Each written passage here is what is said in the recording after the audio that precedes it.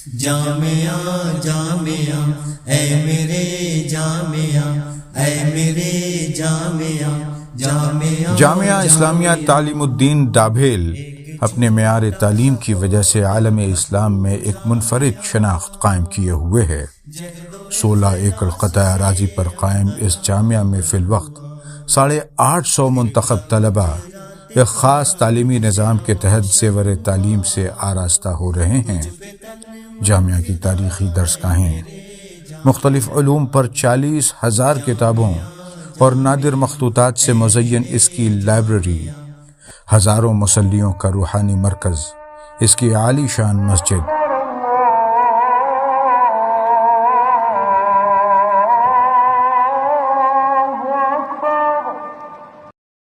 عالمی معیار سے مطابقت رکھتے اس کے ہاسٹلز، ہائیجین کا خاص خیال کر کے تینوں وقت کھانا تیار کرتا اس کا کچن اور وسیع ڈائننگ ہال، یہ ساری سہولیات جامعہ کے طلبہ کو یکسو ہو کر صرف حصول تعلیم پر توجہ مرکوز کرنے میں اہم کردار ادا کرتی ہیں۔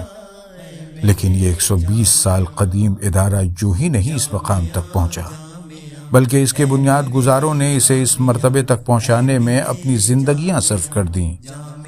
سن ہجری 1326 یعنی سن 1908 عیسوی کی بات ہے۔ معروف عالم دین مولانا احمد حسن بھام سملکی رحمۃ اللہ علیہ نے اس مکتب کو جو آپ نے اپنے مکان میں شروع کیا تھا، طلبہ کی بڑھتی تعداد کی وجہ سے سملک کی مسجد میں منتقل کیا اور اس کا نام مدرسہ تعلیم الدین رکھا۔ 2 برسوں میں ہی جب مسجد کی جگہ بھی ناکافی ثابت ہونے لگی تو سملک سے متصل ڈابھیل کی عیدگاہ کے سامنے یعنی موجودہ جگہ معروف مجاہد آزادی مولانا محمد علی جوہر کی خصوصی دلچسپی سے حاصل کی، جو اس وقت برطانیہ سے پڑھائی مکمل کرنے کے بعد ہندوستان لوٹنے پر کچھ برسوں کے لیے بڑودہ اسٹیٹ کے نوساری شہر میں بطور نائب صوبے دار تعینات تھے۔ اس نئی جگہ پر تعمیراتی کاموں کے سلسلے میں مطلوبہ فنڈ کی فراہمی کے لیے حضرت مولانا احمد حسن بھام ساؤتھ افریقہ تشریف لے گئے، جہاں متمول گجراتی مسلمانوں کی کثیر تعداد آباد تھی۔ شومی قسمت کہ اسی دوران ساؤتھ افریقہ میں طاعون جیسی مہلک وبا پھیل گئی اور مولانا اس کا شکار ہو گئے۔ سن 1918 میں محض 41 برس کی عمر میں آپ مدرسہ تعلیم الدین کی ترقی کی راہ میں شہید ہو گئے۔ آپ کے بعد مدرسے کو سنبھالنے کے لیے نظر انتخاب اسی سرزمین کی علمی شخصیت مولانا احمد بزرگ سملکی رحمۃ اللہ علیہ پر پڑی، جو ان دنوں مفتی اعظم رنگون کے عہدہ جلیلہ پر فائز تھے۔ مولانا احمد بزرگ سملکی مولانا احمد حسن بھام کے ہم نام ہی نہیں، ہم سبق بھی تھے، اس لیے آپ نے اس ذمہ داری کو بخوشی قبول کر لیا۔ آپ کے آنے کے بعد مدرسہ تعلیم الدین میں تعمیر و ترقی کے ایک نئے دور کا آغاز ہوا۔ مدرسہ اپنے طور پر جاری ہی تھا کہ دارالعلوم دیوبند میں انتظامی امور پر کچھ اختلافات کی وجہ سے امام العصر حضرت مولانا سید انور شاہ کشمیری رحمۃ اللہ علیہ اور دیگر جید علماء نے دارالعلوم دیوبند سے علیحدگی کا فیصلہ کیا۔ بزرگوں کے اس اختلاف نے مدرسہ تعلیم الدین کے مقدر کو چمکا دیا، اس لیے کہ شاہ صاحب نے اپنے رفقا اور دارالعلوم دیوبند کے 200 طلباء کے ہمراہ مدرسہ تعلیم الدین ڈابھیل سے وابستہ ہونے کا فیصلہ کیا۔ اس قافلہ انوری کے ڈابھیل پہنچتے ہی مدرسہ تعلیم الدین جامعہ اسلامیہ تعلیم الدین بن گیا۔ ایک طرف جہاں اس قافلہ انوری کی قیادت مولانا سید محمد انور شاہ کشمیری فرما رہے تھے، وہیں مفسر قرآن حضرت علامہ شبیر احمد عثمانی، حضرت مولانا سید سراج احمد رشیدی، حضرت مولانا مفتی عتیق الرحمن عثمانی، حضرت مولانا سید بدر عالم میرچی، حضرت مولانا سید محمد ادریس سکھروڈوی، حضرت مولانا محمد حفظ الرحمن سیوہاروی، حضرت مولانا محمد یحییٰ تھانوی، حضرت مولانا سعید احمد اکبر آبادی، حضرت مولانا مفتی عزیز الرحمن عثمانی اور حضرت مولانا سید احمد رضا بجنوری رحمۃ اللہ علیہم اجمعین جیسی عبقری شخصیات بھی اس میں شامل تھیں۔ پہلے یہ قافلہ سملک میں مولانا احمد بزرگ سملکی کے مکان پر اور سملک کے دیگر مکانوں میں خیمہ زن ہوا، لیکن بعد میں ان کے لیے جامعہ کے احاطے میں خوبصورت مکانات تعمیر کروائے گئے۔ اہل سملک نے ان علماء اعظام کے استقبال میں اپنے گھروں کے ساتھ دلوں کے دروازے بھی کھول دیے۔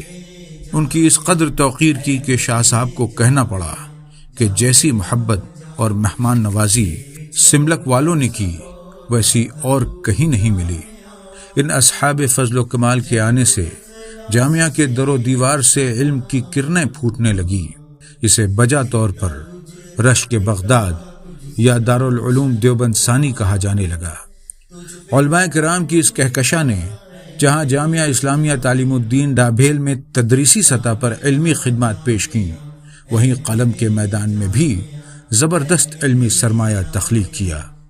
مجلس علمی کی شکل میں جامعہ کے احاطے میں ایک تصنیفی ادارہ قائم کیا گیا، جسے بعد میں اس عمارت میں منتقل کر دیا گیا جو ان علماء کی پہلی قیام گاہ تھی۔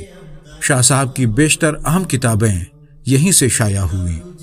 فیض الباری شرح بخاری، العرف الشاذی، فصل الخطاب فی مسألۃ ام الکتاب، التصریف بما تواتر فی نزول المسیح جیسی کتابیں یہیں سے شائع ہوئیں۔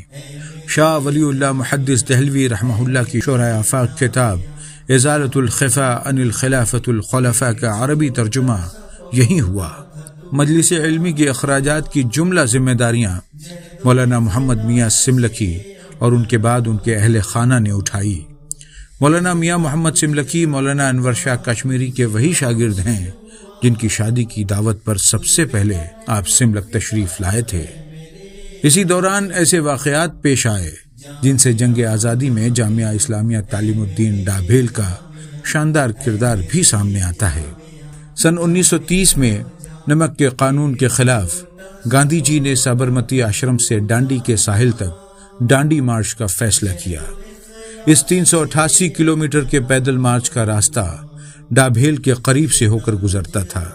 چنانچہ 3 اپریل 1930 کو جب یہ قافلہ کفلیتا پہنچا تو مولانا عبدالحی کو مولانا احمد بزرگ سملکی اور شاہ صاحب کے حکم پر جامعہ کے طلبہ کے ہمراہ گاندھی جی کا استقبال کرنے کے لیے بھیجا گیا، اور اس تحریک کی حمایت کے مکتوب کے ساتھ ساتھ اس میں ہو رہے مصارف کے لیے ڈابھیل اور سملک کے مسلمانوں کی جانب سے 51 روپے کا چندہ بھی پیش کیا گیا، جو برادران وطن کے چندے سے دگنا تھا۔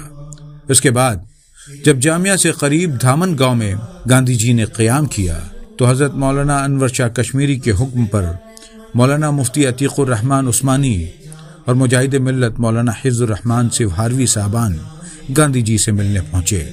گاندھی جی نے اس وفد کا خیر مقدم کیا اور دوران گفتگو ان سے پوچھا کہ میں نے سنا ہے کہ پیغمبر اسلام صلی اللہ علیہ وسلم نے فرمایا ہے کہ پانی، نمک اور گھاس پر ٹیکس لگانا منع ہے۔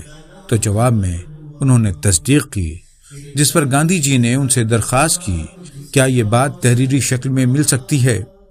ان علماء نے حامی بھر لی اور دوسرے دن اس ضمن کی احادیث حوالے کے ساتھ لکھ کر گاندھی جی کو پیش کی۔ گاندھی جی بہت خوش ہوئے اور نوساری میں ہوئے عوامی جلسے میں اس فتوے کا ذکر کرتے ہوئے کہا کہ اس نے ہماری تحریک میں نئی جان ڈال دی۔ جامعہ کے علماء اور اساتذہ ڈانڈی بھی پہنچے اور وہاں برطانوی پولیس کی زیادتیوں کا شکار ہوئے، لیکن گاندھی جی کا ساتھ نہیں چھوڑا۔ اسی طرح کسانوں پر عائد ظالمانہ ٹیکس کی عدم ادائیگی کے عوض برٹش سرکار کسانوں کی جائیداد ضبط کر کے اسے کوڑیوں کے بھاؤ نیلام کرتی اور اس سے اپنا ٹیکس وصول کرتی۔ سردار ولبھ بھائی پٹیل نے اس کے خلاف ایک تحریک چھیڑی اور لوگوں کو اس نیلامی میں حصہ لینے سے منع کیا۔ چنانچہ پارٹی دار سماج کے لوگوں نے جامعہ اسلامیہ ڈابھیل سے فتویٰ طلب کیا کہ کیا اس طرح کی نیلامی میں زمین جائیداد کی خریدی اسلام میں جائز ہے۔ اس ضمن میں مولانا مفتی عتیق الرحمن عثمانی رحمہ اللہ نے انتہائی جرأت کے ساتھ فتویٰ صادر کیا کہ ایسا کرنا کسی مسلمان کے لیے شرعاً جائز نہیں۔ یہی نہیں بلکہ اس کے اخیر میں آپ نے لکھا کہ تمام باغیرت مسلمانوں کا فریضہ ہے کہ اس قسم کی نیلامی میں شریک ہونے، بولی لگانے اور خریداری سے بالکل الگ رہیں اور اپنی ایمانی قوت سے ثابت کر دیں کہ مذہب اسلام کی پاکیزہ تعلیمات کسی حال میں اس بے غیرتی کی اجازت نہیں دیتی۔ اسی اثنا میں مولانا اسماعیل نانا نے اس فتوے کا گجراتی زبان میں ترجمہ کر کے اس کی ہزاروں کاپیاں تقسیم کروا دیں۔ اس سے فرنگی حکومت چراغ پا ہو گئی اور جس پریس سے یہ چھپا تھا اسے ضبط کر لیا۔ اس کام میں ملوث پائے گئے افراد کو جیل بھیج دیا۔ آج جامعہ اسلامیہ تعلیم الدین ڈابھیل اپنے اسی زرعی دور کے آغاز کو 100 سال مکمل ہونے پر ایک عظیم الشان جشن کا اہتمام کر رہا ہے، ایک ایسا یادگاری جلسہ جو نسل نو کے سامنے اس انوری قافلے کی ہمہ جہت خدمات کو وضاحت کے ساتھ پیش کر سکے تاکہ وہ اس انوری دور کی تابانی سے اپنے مستقبل کی راہیں منور کر سکیں۔ جزاک اللہ خیرا کثیرا۔